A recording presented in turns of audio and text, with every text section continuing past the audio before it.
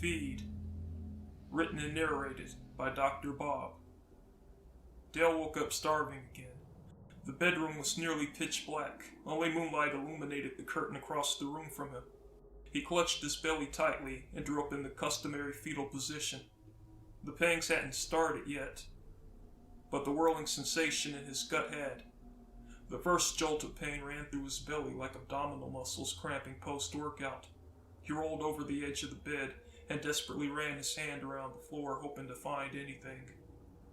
There were empty candy boxes and energy bar wrappers sprawled around the bed. One by one, Dale put them to his mouth to shake out some crumbs. Many of those wrappers, however, were licked clean, some twice over. He knew he couldn't hold off going to the kitchen now. This was a struggle for him, as each attack left him progressively weaker. He pulled the comforter off his body. The cold air chilled his sweat-covered thermals and sheets. Dragging his feet over the side of the bed, he rose to a hunched stance and shuffled on wobbly legs out of his bedroom. Dale turned his head to the light switch right at the doorway, throwing him a little off balance. After flicking it on, he walked to the refrigerator, his aching eyes squinting while they adjusted to the brightness. He opened the freezer door first and started rummaging around for anything to eat. He saw a couple bags of chicken soup, which he nonchalantly tossed to the floor. He steadied himself while clutching his burning stomach. Next came the mixed vegetables, practically mocking him. A bag of broccoli, mutton chops, hamburger. He gathered up everything in the freezer, yelled, and threw it all to the floor. Feeling spent after his tantrum, he lowered his head and stared at the refrigerator door. Dale opened it to find a bottle of water, some mustard, and the remains of glazed ham. The ham was picked and scraped clean of all its glaze and candied pineapples. He sank to the floor, knees crossed, and pulled the ham from the refrigerator.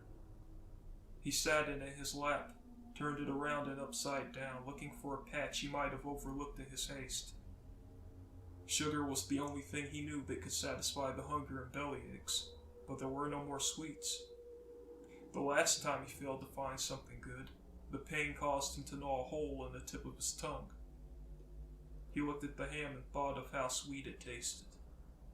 He closed his eyes, licking it with the sore and perforated tip of his tongue, willing himself to think past all the savory and salty notes so he could concentrate on the sweetness. He begged his gut like a worshiper pleading for a god to accept his substandard offering. He cautiously nibbled the ham like a mouse and swallowed.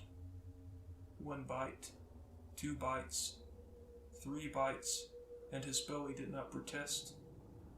The taste of the cold meat was better than anything his nutrient-starved body had eaten in days. He took bigger chunks, and then an electrifying pain ran through his belly. The vomit shot from his mouth as his angered stomach violently clenched, rejecting his offering. The pain quickly spread from his belly out to the rest of his body and engulfed him as if it were the only reality he'd ever known. Dale didn't hear his own screams, or notice the pain of his failing heart trying to grab for his attention. He didn't feel individual limbs either. The pain united every part of his body into a singular throbbing mass of hurt, and then darkness.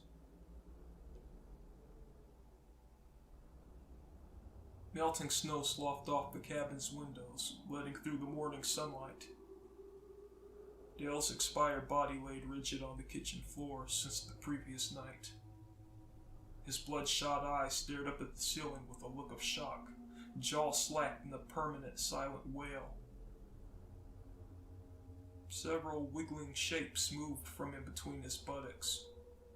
Radiating outwards, the things made their way down his legs.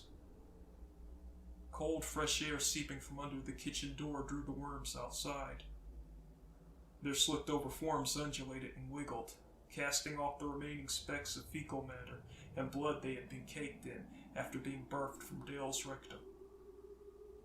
When they hit the snow, their chilled bodies picked up in speed, switching from slow, inching movements to quick snake-like ones. stones. Tall dark brown trees stood out in the powdery white background as the worms raced their way towards them. As the worms drew nearer to the trees, they quickened their pace even further. Their then warm bodies melting the snow left pencil-thin, S-curved trails behind them.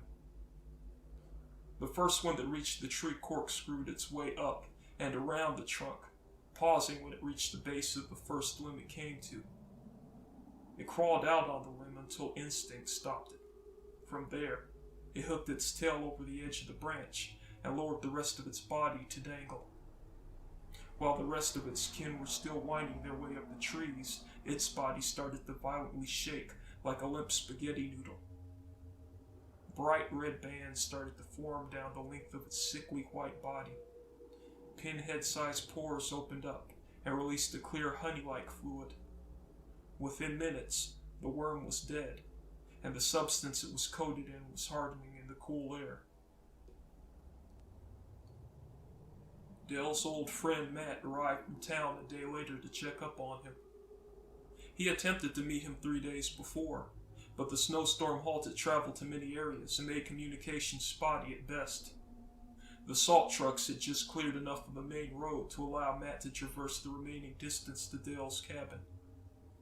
Even then, he had to leave his truck parked on the side of the road to hike the remaining half-mile to his friend's vacation home. The path leading there was only large enough to fit a snowmobile. A couple of young maples lined the property around the cabin. The bare branches contrasted with the pine trees that surrounded Matt on his trek there.